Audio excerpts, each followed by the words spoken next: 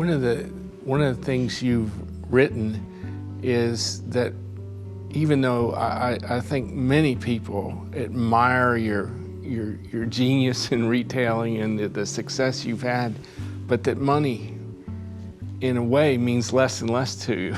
That it's not the thing that drives you. What drives you? Actually, we got into this business, my wife and I. We started it in the 70s. Actually, in 1970, we borrowed $600 to start the business. But I can never remember us wanting to do this because of finance. Looking back, it was just God's providence. This is where He wanted us, and this is where we're supposed to be. But what really excites us is to be able to serve our employees, to try to do as much as we can for them, as well as the things that we're able to do in the various ministries that we're involved in. David, I think the thing that fascinates people is the fact that you're closed on Sundays. Tell us how that came about. We started our company by closing on Sundays, but our competitor raised a lot of money. And they had sent word to us, or we got it indirectly, that they were going to bury us with their money. So that's when we started opening on Sundays. But shortly thereafter, we just sensed that and knew that God was speaking to us. Several of the family were sensing the same thing, that we had always said we wanted to run our company based on biblical principles, and here we were open on Sundays. So we knew that we had to close on Sundays. But I guess what you would have to say is that we didn't have enough faith to close them all. Mm-hmm. Our sales at the time on Sunday was $100 million on Sundays. In fact, it was per hour, it was the busiest day of the week. But we knew that this was what God would have us to do, but yet we didn't have the kind of faith that we needed just to one Sunday close them all. So I thought, well, I'll just close them by state. So I took Nebraska, the first state, because we only had 3 stores there. Was that actually the least number of stores? That was the least number. Okay. So you're dipping your toe in the water there. That was the level of faith I think I had at that time. And so some of the newspapers picked it up, and they called one of our officers and asked him about this. And he says, yeah, Mr. Green says that if it works out, that we're going to close them all. So I'm reading my own press, and I'm thinking, oh, God's just saying, oh, okay, what you're going to do is if I bless you in it, you're going to be obedient only if you're blessed in this decision. And so I says, no. So I went to the officer. I said, anybody calls or anybody has any information or wants any information, we're going to close all the stores. So at that point, we decided that we were not just going to experiment to see if it worked, we were going to close them all. So over a period of about 18 months, we got around to all the states. Texas was the last. We had about 60 stores in Texas, but we did close all the stores. I'm assuming that sales went down, at least to begin with. Is that true? That's correct. And everybody would say, God's going to bless you, God's going to bless you. And so the first 18 months, I'm saying, well, I'm not seeing it. It's not showing up. But it was after that I had been completely obedient that we did see our sales start to rebound. And since then, of course, we have had no regret and are thankful that we are able to allow the employees and ourselves have that day of rest. We want to be a company that cares about their people and that we serve. We're also closed at 8 o'clock at night, which is very unusual. In fact, And you made that as a shift too, right? That isn't... That has been pretty much from the beginning. Oh, it has, okay. And that goes back to the days that when I was working for the other big box variety stores and discount stores, how that, I might get home at 10 o'clock after I closed the stores and worked 3 nights a week, 6 and 7 days a week. And at home you couldn't even see your kids say goodnight to them. So I said, if I can close these stores one hour earlier, then maybe my employees, when they get off in the evenings, would be able to see their children before they go to bed at night. So we're only open 66 hours a week, and I think we're unique. I don't know that there's any other big box retailer that's open only 66 hours a week. So we think there should be a point of serving the customers as well as serving our employees. There needs to be a balance in that, and we feel like we have hit that balance. If there's one thing that you could teach a business person about, just one thing that you could pass on to a business person, what would it be? God, I think, speaks to all of us, and sometimes we just fail to react when He speaks to us. And it's very important in our lives that we are obedient. Sometimes it may not look like the right thing to do at the time, but I think it's important for us to sense the Holy Spirit in our lives, in our prayer lives, when He does speak to us, and then follow up and be obedient. And that's what we desire to do. First of all, thanks, Mark. Wondered if you could give us a thumbnail sketch of what your organization does and who you are. This is a public relations firm that I started 21 years ago, and I started it specifically to work with Christian organizations and causes. There wasn't such a firm in the country when we started. So we've been privileged to work with Billy Graham's ministry for a long time, with his son Franklin Graham and Samaritan's Purse. We worked with Chuck Colson and Prison Fellowship since we started this firm. We work with the American Bible Society, work with a number of Christian colleges and universities. In your book of wisdom, you talk about the wisdom of firsts. Can you tell us about that? Yeah, my father, who really had more influence on my life than anybody, but died when I was just 17, a senior in high school, was a businessman, and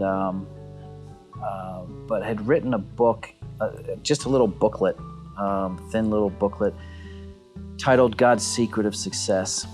And in this booklet, he wrote about giving God the first part of every day, the first part of every dollar, and the first day of every week. And the first part of the day, meaning time with the Lord, in reading His Word and talking to Him through prayer.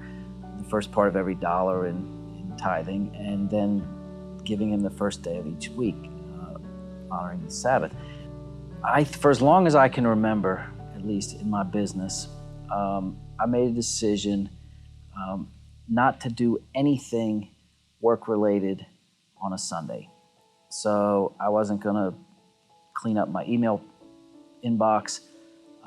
If I had a big client meeting Monday morning, I was not going to spend 5 seconds looking at it on Sunday. I might work on it Saturday, I might stay up late Saturday, but I wasn't going to look at it Sunday. I wasn't going to, even the book that I wrote, which arguably wasn't related to my business, but in the writing of that book, I didn't write a word of that on a Sunday. I just thought, and Sundays would have been good days to write. And I could have rationalized that, well, this is a book about biblical wisdom, and I'm hopefully helping people, and it'd be okay to work on this on a Sunday. I didn't do it. But there would be others who would do, less things on a Sunday than I might do. So I don't want to be judgmental about it. I think the idea is, as we discussed earlier, is deciding what constitutes work for you, and then don't do it.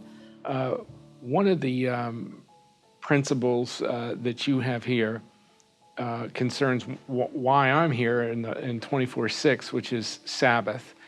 Tell us about your sabbatical policies here. We have a sabbatical program that it's certainly unusual. I won't call it unique, but it's very unusual in business. I haven't seen it practiced quite this way anywhere. Occasionally you'll see companies that offer sabbaticals for a certain level employee, maybe for executives, or churches may give a sabbatical to their pastor. We actually offer sabbatical to any employee every 5 years of service here. And this really started early on in our firm, when my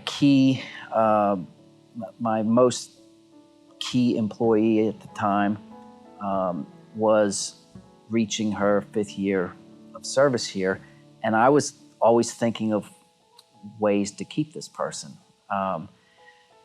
It's easier to keep somebody than to replace them if they're good, and so you think of the usual things. I mean, most people just think of money and more salary or bonus, but I realized there's more to life than your paycheck or your bonuses.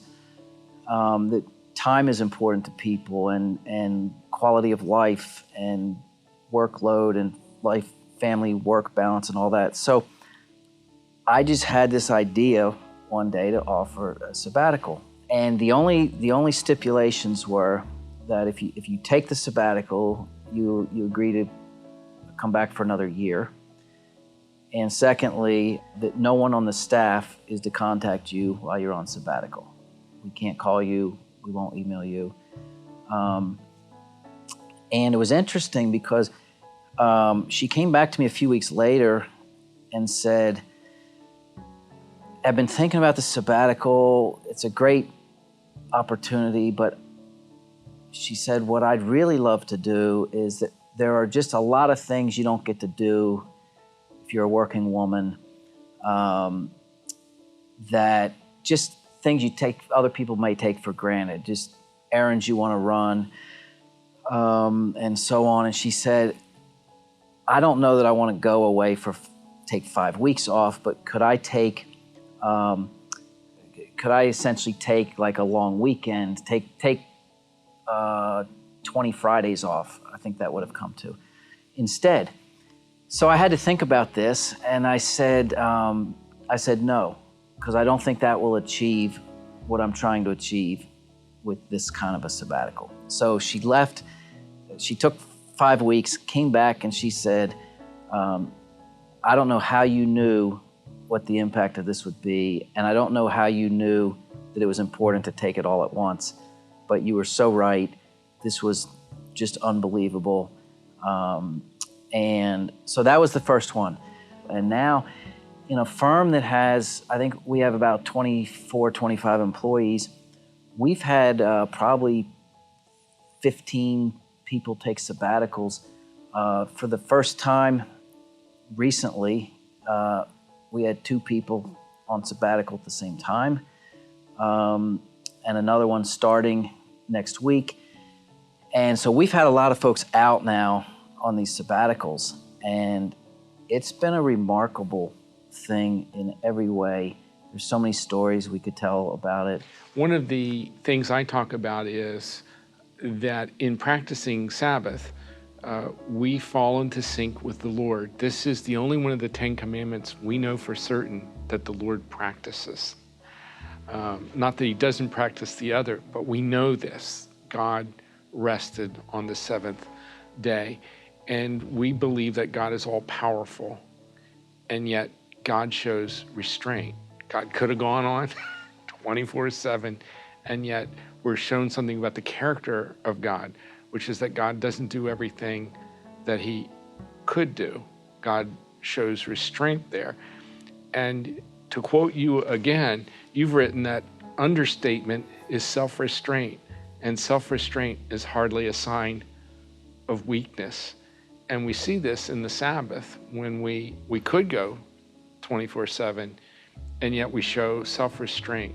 Tell me what restraining yourself, not working your employees as hard as you can, stopping on Sundays, how does that change your character and your employees' character?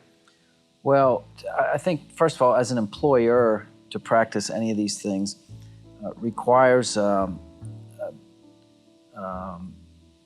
well, on one level, just requires taking a longer view of your business. And so a short view of your business would say, let's say you had in our case, let's say we had a major client assignment, 3 weeks from now. A short-term view would say we just work around the clock and knock it out, because that's the most important thing.